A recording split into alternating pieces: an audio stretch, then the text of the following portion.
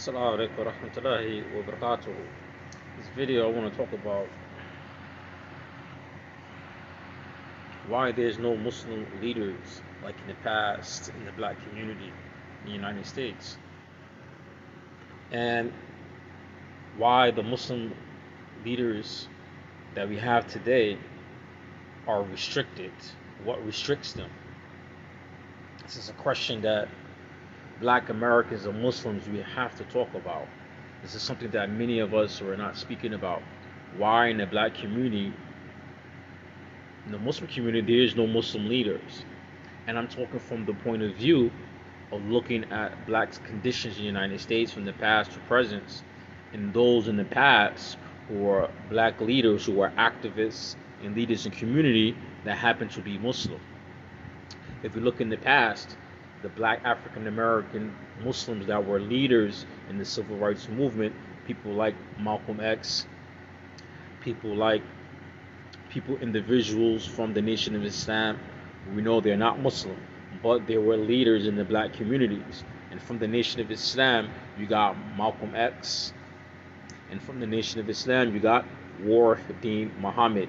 Despite Warith Muhammad, his beliefs or his mistakes, you have black leaders that was visible in the African American community. I have my mother, she's about 79, about to be 80 years old. She's Christian. She know about Malcolm X. My mother, who is 79 years old, know about Warith Muhammad. And I asked her one day, what you know about Warith Muhammad? She said she heard Warith Muhammad give speeches in places back in the 60s and the 70s. So black people had in the past, we had black Muslim leaders who spoke up for black people in their community, activists who was grassrooted and who was with the peoples. If you look at today in the Muslim community, in the African American Muslim community, we have a lot of individuals, students of knowledge, we call them, shuyukh or sheikh, we call them. We have them in our community. They're teaching Islam, and when we look at some of them, we could say, okay, there's a brother, he studied in Saudi Arabia, or he studied in the Muslim world, and he has a bachelor's, or he has a master's degree, or he has his PhD in Islamic sciences. He has more religious knowledge than the Muslim leaders in the past in the African American community, but he has less activities to zero activity. I say it again, you have more Islamic knowledge than the Muslim activists, Muslim leaders, people like Malcolm X and Warith Muhammad and so on and so forth, but they have zero activities in the Muslim community because their vision of Islam or preaching Islam or propagating Islam is only through via sitting in the masjid and lecturing and teaching. Sitting in the masjid and lecturing and teaching, which is how the sheikh in the Muslim world teaches. The sheikh in the Muslim world, he teaches, but the sheikh in the Muslim world, he's not the leader of the people in the community. They have their own leaders, Muslim leaders. All right? And most likely and most prominently, the Muslim scholar in the Muslim country, he's not an activist. He's not an activist. All right? He's not an activist. He's not an activist for human rights. Most of the time, they're not activists. All right? Activists or something else, another field, another topic. Sometimes they even have problems with the Muslim governments. All right? So I have to ask now, why as black African American Muslims that we have no active, visible leader in the Muslim community, in the African American Muslim community? Or we have many knowledgeable brothers, I can mention them by name. Many of them have platforms on social media, but they're not in the streets. They're not in the streets. They're not with the peoples in the streets. They're not with the black people inside the community. They might preach Islam to them, but their preaching of Islam has a limitation. Their action with the African American people in the community has a limitation. There's limits to it. It's take Shahada, become Muslim, and that's it. Become Muslim, that's it. Have a center to give dawah, and that's it. Give food as donations, and that's it. We have to start asking ourselves as black people in America, in particular African American who are practicing Islam, why there is no Muslim leaders as in the past. We have Muslim leaders in the African American community who are active in the Muslim community and who are also active in the black community, who are active. Imam Jamil Alameen, unfortunately, he's in prison. All right? Unfortunately, he's in prison. All right? We have people in the past, even today, in some Muslim African American Muslim community, even today, we have some Muslim leaders in the community who became famous because they took part in the civil rights movement for black people, and this is how they end up converting to Islam. And alhamdulillah, they did their work and they did their dawah, but unfortunately, majority of them, the old school African American Muslim leaders, majority of them today they are not equipped with the Islamic knowledge. They're not equipped with the Islamic knowledge, but there are leaders in their community. My question is, why the African American Muslim, especially if you're a student of knowledge and you graduate, you have your bachelor's, you have your master's, you have your PhD, you have all these degrees, you have all these tazkiyah, but you limit to the masjid. You're just in the masjid. You're just in the Islamic center. You're just dealing with the Muslims in the community. Why there are not Muslims involved as blacks in the Muslim community? It's as if we're running from our peoples. And this is the truth. Many African American Muslims, we are running from our black skin color, number one. We're running from our black skin color. Or we take the position, our position in Islam are the positions imitating what we see happen in the Arab country. Our position with Islam, our attitude towards our peoples is the same attitude that Arabs have against blacks, or the same attitude Arabs have in the Arab world. That's not going to work for America. Even though people are going to come to you in Islam, people are going to convert to Islam in America, black people are going to come to Islam in America, but sooner or later, if you don't partake or you don't take up the cause of what's going on in the black community, and you just leave it to the masjid, you just leave this talking Islam in the masjid, and you don't go outside, sooner or later, peoples are going to abandon you. And this is why people are going to abandon you. It's not going to be by their choice. It's not going to be by their choice. They might still listen to you, might still follow you, but the realities in the street, the realities in the streets, reality in the society is going to overcome them. The realities in the society, what's going on in the streets, is going to overcome them. And what I mean by overcome them, police brutality is going to overcome them.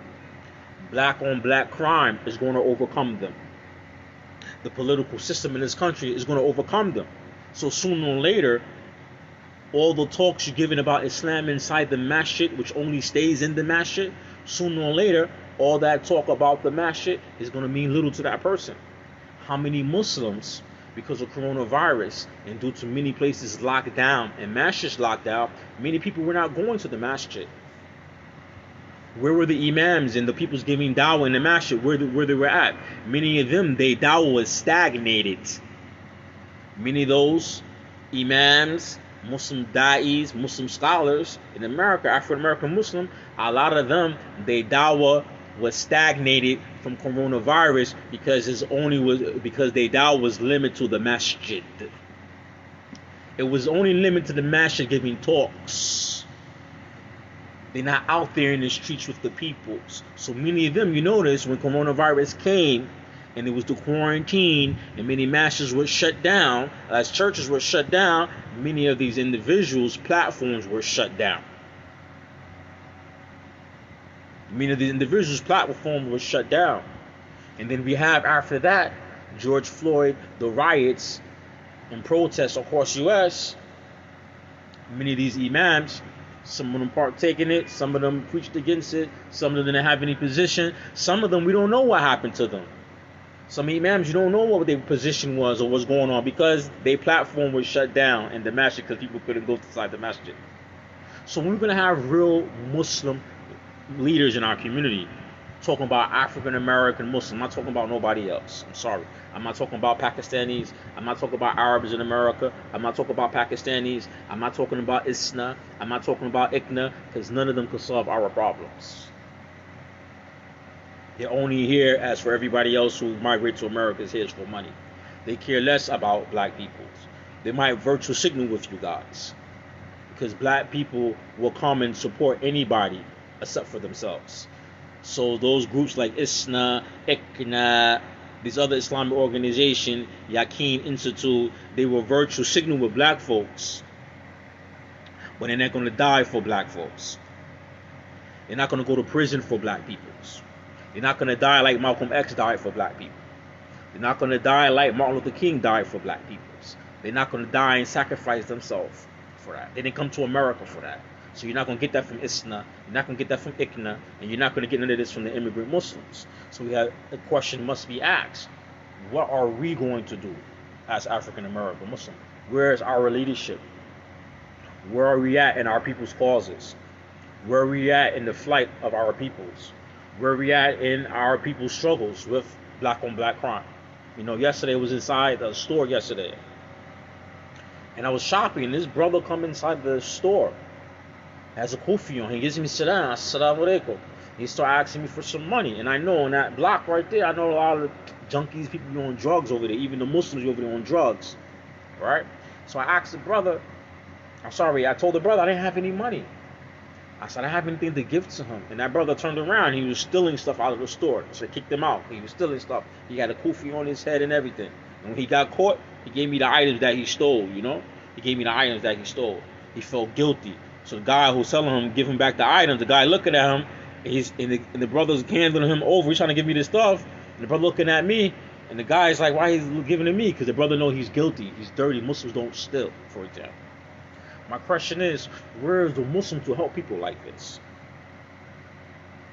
Where are the Muslims in this? For example, in New York right now, they're questioning and they're talking about, the white people are talking about, especially in Manhattan, why there's so many homeless peoples on their white streets. They're upset that homeless peoples are in hotels in all white neighborhoods because of coronavirus. Where is the African American Muslim to speak out for the poor and the weak? Where is the African American Muslim in New York, speaking out for the poor and the weak and to help them? Do you know that when Islam entered many countries, because Muslim, we talk Islam, we don't understand nothing about Islam or the history. We talk good game, we talk real good, talk hadith, we talk about hadith, we talk about mustalah hadith, we talk about particular issues very well. We know these things, but when it comes to the practical now, practicing Islam, this is where we're stagnated at. I don't care who hear me, who hear this. Many of the brothers, y'all stagnated. You might know Islam very well, the technical things in and out, the sciences in and out. When it comes to the practical now, this is where we're stagnated. So we gotta ask ourselves, what's the benefit of learning all these things and we're not helping the peoples? When the Muslims enter many countries, when the Tabi'een, the Sahaba, and the Tabi'een enter many countries, when the Arabs enter, the Muslim Arab, in the time of the Prophet ﷺ, the Sahaba, when they enter Egypt in North Africa, what did they do there? When they entered Egypt in North Africa, what did the Muslims do? The Sahaba, look at Islamic history from the Sahaba and Tabi'een. What did they do? When the Muslims enter Egypt, what did they do? They united with the oppressed peoples there. Let me say it again. How did the Muslims conquer over the Egyptians? The Romans ruled Egypt at the time. How did the Muslims, the Sahaba, how did they conquer over Egypt? They connected with the peoples oppressed there. The brown and the black peoples of Egypt. The brown and the black people of North Africa. The Sahaba connected with the oppressed people there. And that's how they was able to conquer over the Romans, we call the Byzantines at the time. That's how the companions and the Tabi'een was able to spread Islam in Africa, North Africa, and Arabia. How did the Muslims enter Spain? How did the Arab Muslims who entered Spain, who came from North Africa, the Muslims who came from North Africa, When they entered to Spain, how did they conquer over the people of Spain? They went there helping the oppressed peoples. The Christians and the Jews there, they were the oppressed peoples. And the Muslims was already doing business, traveling to that country doing business. They united with these peoples that had felt the pains and suffering of these peoples, and these peoples turned around and helped them out. That's how they was able to conquer these countries. So I gotta ask African American Muslim, because you have the greatest platforms on social media, but when it comes to what's going on in the streets, what's going on in the black community, you're void. There's a vacancy with you. It's a void. The platforms on social media is full. It's interesting. The masjid might be semi-full, but when it comes to the peoples in the community, the Muslims are not connecting with them. So you gotta ask, how can somebody like Malcolm X, who didn't have a lot of Islamic knowledge, he wasn't no sheikh, and he wasn't no alim, and he wasn't even a student of knowledge, how he was able to have an impact in the African American community, and especially the African American Muslim, how he was able to impact so many black people. And peoples in general was impacted by Malcolm X messages to this day. Many black people were motivated and moved by Malcolm X, Muslim and non-Muslim, white and black. So where is the African American Muslims today? Where are the du'as and Tulab al-Ilm and the shuyukh that have PhD and have master's degree and have bachelor's degree? Where are you guys at? How long are you going to stay hiding in the masjid? How long are you going to be battling over followers on social media? How long are you going to be battling over egos? How long are we going to be battling over egos? But inside our actual community, we're doing nothing. We are nowhere to be found. And the decisions that are going to be made in this country by government, political peoples, governments, votes, and laws that the people are able to control and able to voice their opinion and control their neighborhoods and control their districts. How many of these rules and laws and that's going to be passed down or passed that's going to affect the black people in these communities, and that includes you, and that includes the people who come to your masjid, and that includes the people who listen to you on your platform. How long? This is why in America people turn away from the church. In America, people turn away from the church because the church has no connection with the reality of people's lives. Why do you think many Muslims are even leaving Islam in this country? Because the masjids and the Muslims and the imams and the scholars have no connection with the peoples. You have no connection with the peoples. Many masjids in New York and other places have no connection with the people, even in their own community. They have no connection even with the Muslims in their community. They all care about money, how much donation individuals can bring in. They're competing with each other over who has the best culture. Whether the Arabs were better than the Pakistanis, or the Pakistanis were better than the Arab people, or we better than the Africans, or the Africans battling over the Arabs, we're better than you. And the peoples in the community, Muslim and non-Muslim, are losing. How are you going to go in the streets in front of your masjid in your community and give dawah, and black people are going to enter the folds of Islam, but when they enter the folds of Islam, they're going to go to a masjid in a community that has no concern with the peoples in their community. They see the black people in their community as problematic. How are you going to go? You're going to give dawah to the peoples in your street where you live. They're going to come to Islam, but they're going to go to the masjid. Well, the people inside who run the masjid in the community look at the black skin as it's a disease. What are you going to tell that follower, that new shahada? What are you going to tell him? Oh, some Muslims are not good practitioner of Islam. They're Muslims, but they don't really practice Islam, or Islam hasn't really rooted in their heart. What are you going to deal when that black person who converts to Islam has to deal with this now with everybody in the society where they're living at? Before they was Muslim, people had problem with him because of his skin color. Laws are pushed that's pushing against this person because of their skin color. What you gonna do? How long just preaching call Allah, call Rasul is gonna affect people? Preaching and talking don't change anything. Preaching and actions change things. How long are we gonna keep on following what we see what the Arabs do in the Arab country? We already know in the Arab country the Muslim sheikh don't control nothing. Not like Sahaba and Tabi'in. The sheikh now in the Muslim country, he's not like the Sahaba or the Tabi'in. The sheikh, he's restricted to the masjid.